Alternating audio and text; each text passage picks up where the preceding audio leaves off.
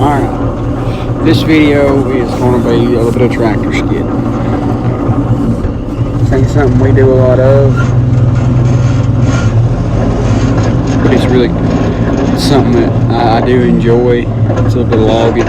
Now, I just want to go ahead and throw this out there. We are not loggers. We do not claim to be loggers. We will never claim to be loggers.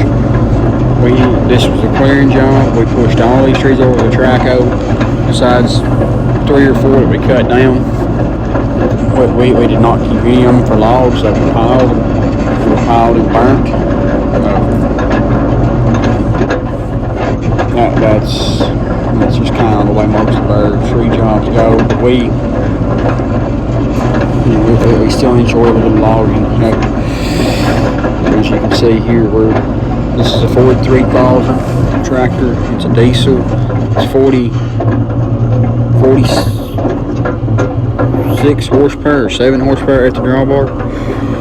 As you can see, it pulls those 2 trees fine. I don't think I got any footage of the great big trees. I pulled some. It was about 24, 36 inches in diameter. And I pulled these out of there, and it pulled them perfectly fine. Didn't have any trouble at all. No big deal. As you can see too, this job is a complete mud pit. It's awful. And it's actually had 2 weeks to dry out at this point. When we first came in here and pushed all these trees down, it was awful. It was twice this muddy. But I guess that's winter time. So it's all you're gonna do with it. This video was filmed around. This video was filmed around March 9th, 2021. It's pretty neat. Like I say, this is probably one thing I really like doing a lot, because I don't get to do it very much, and when I do, it's fun to me. At some point we do plan on buying a cable. At some point I would like to get a cable skidder, but for right now the tractor and box scraper works. And as you'll see a few times in the video, the front tires of the tractor are coming up because there is no front weights on the tractor.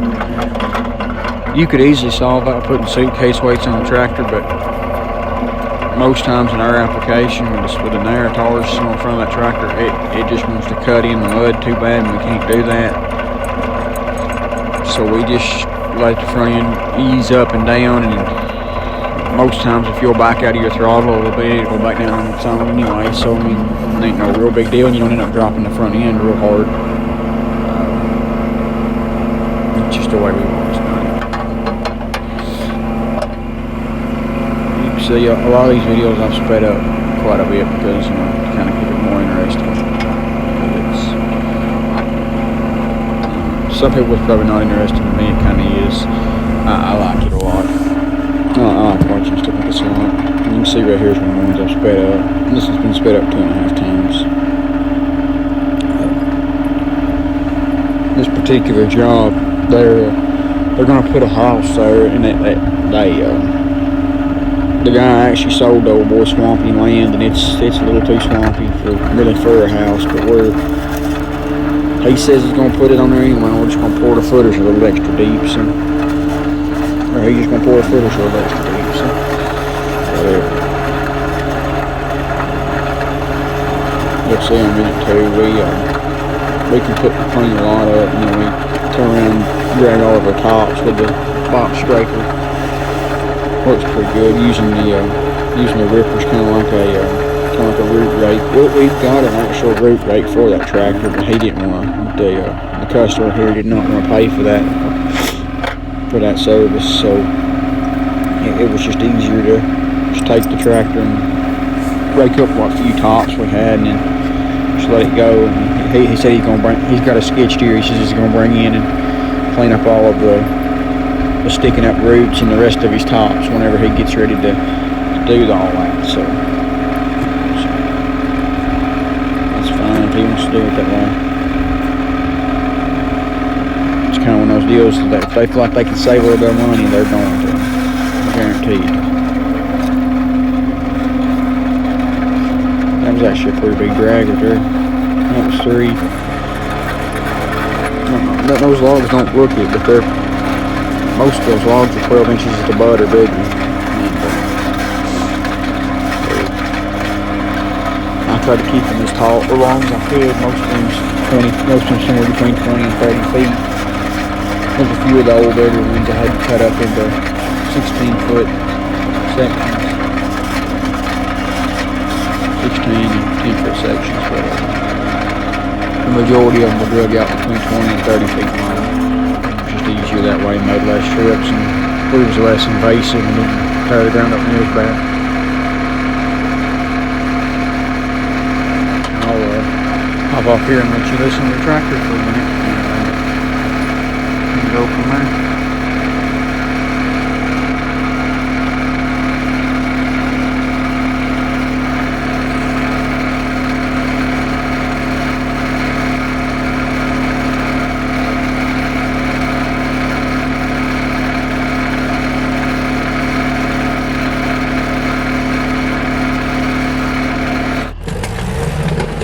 Here's the part of the video I was talking about where we're raking tops. I have sped this up about a half, about 1.5%, just because it took a little too long. I want to keep this video under about 12 minutes. But as you can see, that works pretty good using the ripper shanks to pick up all of our tops. As long as you're careful, you can run over top of your tops and not hitting stobs and not hurt your tires. So that works good for us. That's the best way we found about pick up tops and roots and stuff. So it's always worked for us. And we do it a lot. And as I say, we've got a landscape rake and a root rake, but the customer did not want to pay for that service, because this was a by the hour job and he did not want to pay for that service. So I did not get any pictures. I did not get any videos of the track hoe of taking down trees besides a few little clips, and I'll try to put them in a short video at some point. I may even try to do a shorts video with them, or a couple of shorts videos with them, just to kind of put that out there on the channel too. Kind of cool.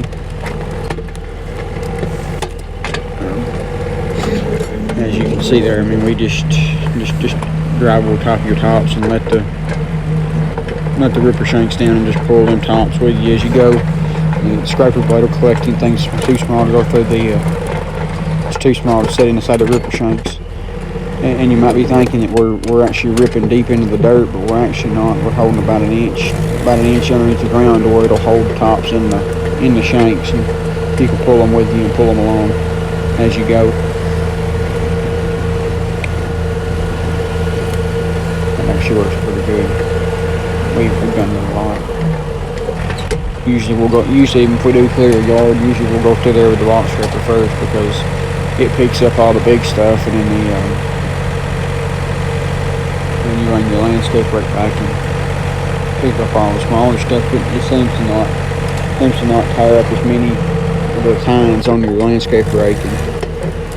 And plus too, you can kind of knock down the big dirt humps, so you're not dragging a bunch of dirt with your landscape rake, and not inducing wear and tear on it in that manner. Just seems to be easier on it.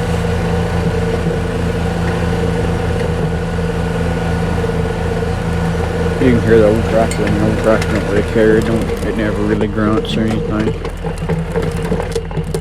Probably the most reliable piece of equipment we own besides Straco.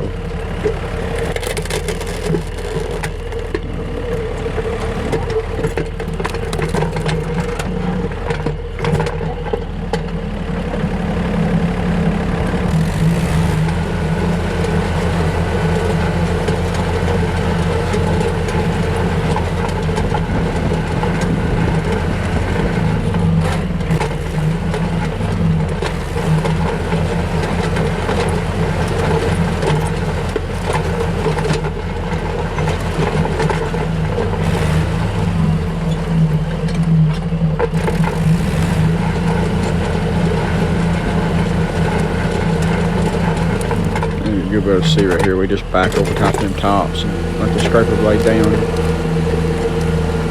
pulls that tops pile with it. Number of shanks.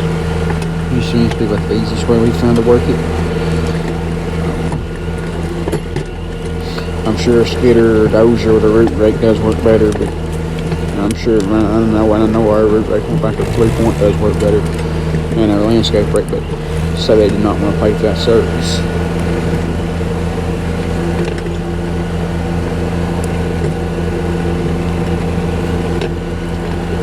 Well, I guess that's towards the end of the video.